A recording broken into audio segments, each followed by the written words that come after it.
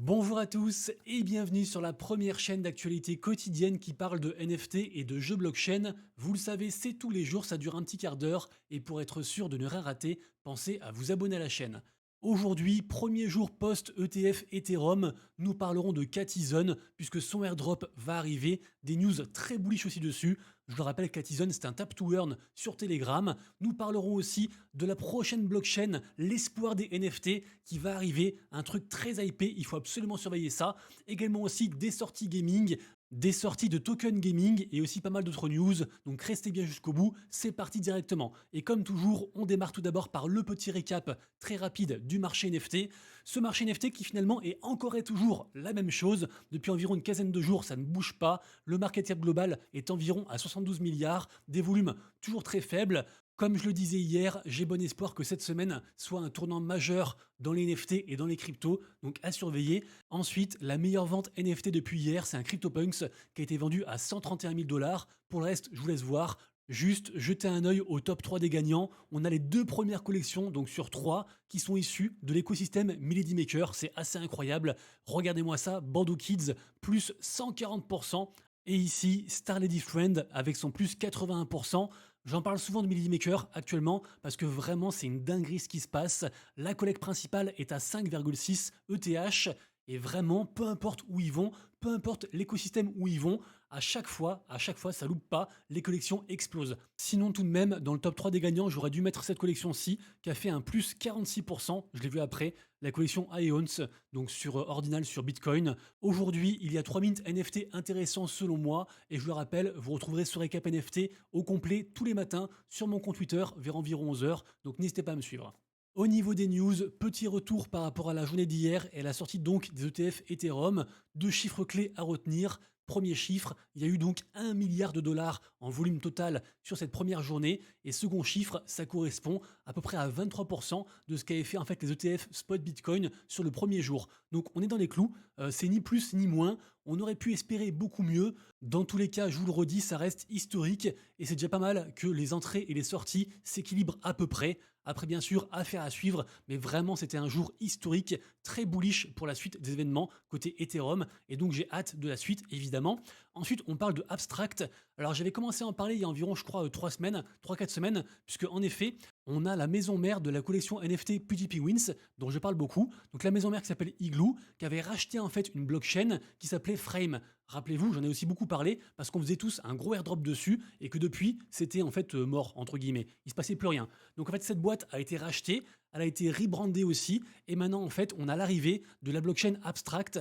Abstract est donc une blockchain faite pour les consommateurs en fait, pour vous et moi. L'idée donc par Igloo et PGP Wins, ils viennent de lever 11 millions de dollars. Alors c'est pas encore énorme, je trouve, mais c'est un début. C'est une blockchain qui est très hypée vraiment. Là, ils viennent juste d'ouvrir le Discord et apparemment, pour ceux qui sont un petit peu actifs, qui créent des mèmes, etc., eh bien, il y a la possibilité de choper un rôle très important puisque, en effet, on imagine tous qu'il y aura un airdrop par rapport du coup à cette blockchain. Donc rejoignez le Discord, soyez actifs. Vraiment, c'est du très très lourd. Pour moi, les PGP Wins sont un petit peu l'espoir des NFT. C'est la collection qui a réussi à renaître de ses cendres et qui, à force de travail, a réussi à se hisser parmi les meilleurs, si ce n'est le meilleur, alors que les Bored Ape, les singes NFT décroissaient, les PUBG n'ont pas arrêté de monter. Et vraiment, là pour moi, je le redis, c'est une des collections majeures de ce bull run. Et je le rappelle, les PUBG, leur force, c'est exactement ce qu'on voit ici sur l'image. Donc une image sur la chaîne, je crois, de Pokémon, donc une streameuse célèbre. En fait, PGP Wins a réussi à pénétrer le Web 2, mais comme jamais, notamment grâce bien sûr à leur IP très mignonne et à leur peluche, également aussi grâce à leur GIF. Et vraiment, c'est fou ce qu'ils font. Donc moi, je mets de gros espoirs dans cette nouvelle blockchain, la blockchain Abstract.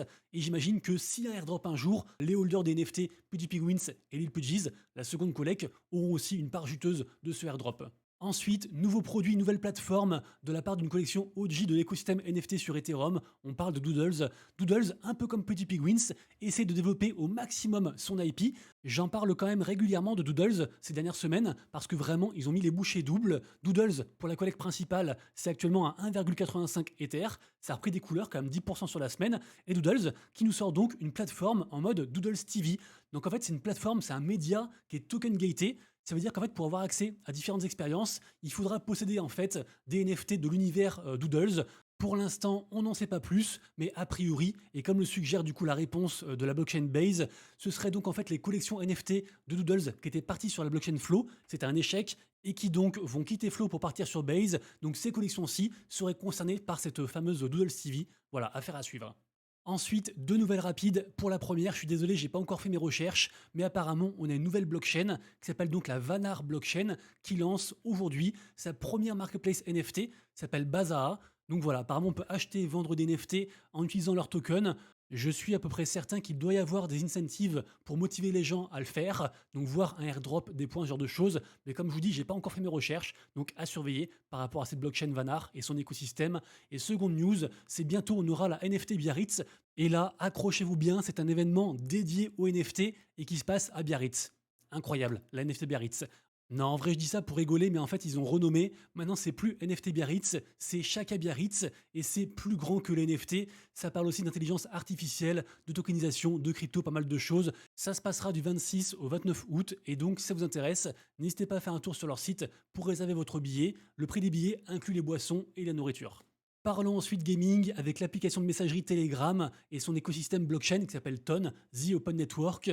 Dites-vous, enfin, juste digression, je ne comprends pas comment des gens peuvent encore ignorer le phénomène Tap to Earn et dans son ensemble le phénomène gaming qui s'abat en fait sur le blockchain TON et sur Telegram. Dites-vous que Telegram, c'est 900 millions d'utilisateurs actifs mensuels. C'est une dinguerie. On le rappelle aussi, il y a eu un gros airdrop d'un projet qui s'appelle Notcoin qui a démarré en fait cette tendance de tap to earn et le leader actuel c'est Hamster Combat et Hamster Combat c'est plus de 250 millions de personnes inscrites.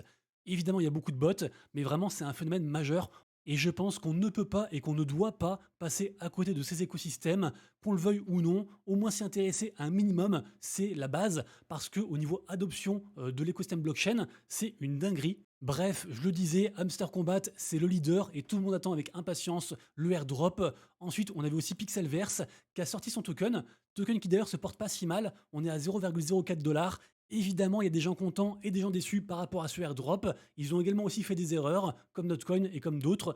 Et donc, les prochains projets IP qui vont faire un airdrop doivent faire mieux et doivent se servir de ces infos. Et un des prochains projets qui va faire son airdrop, c'est le projet Catizone, qui est, disons-le, dans le top 5 des projets les plus IP dans la thématique Tap to Earn sur Telegram. Et Catizone avait dernièrement levé 6 millions de dollars, notamment aussi grâce à Binance Labs. Donc, c'est quand même pas rien.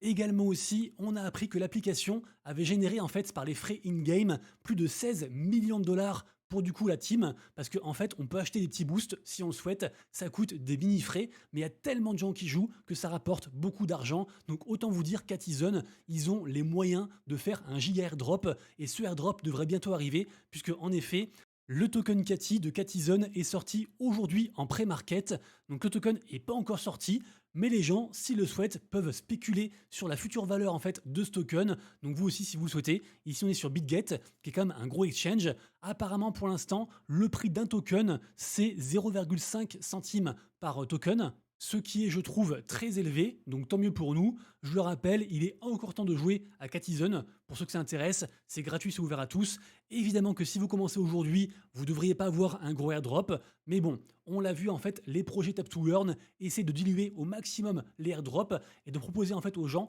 de continuer à jouer pour augmenter leur airdrop ou carrément en fait juste le débloquer. Donc j'imagine que Catizone fera pareil et que ce premier airdrop ne sera pas la fin du projet. En tout cas, moi, ce que je privilégie dans le jeu, c'est juste en fait les tokens fish qui sont ici. Voilà, donc moi actuellement j'ai 22 000 fish coins et pour moi en fait c'est ça qu'il faut privilégier pour avoir du airdrop.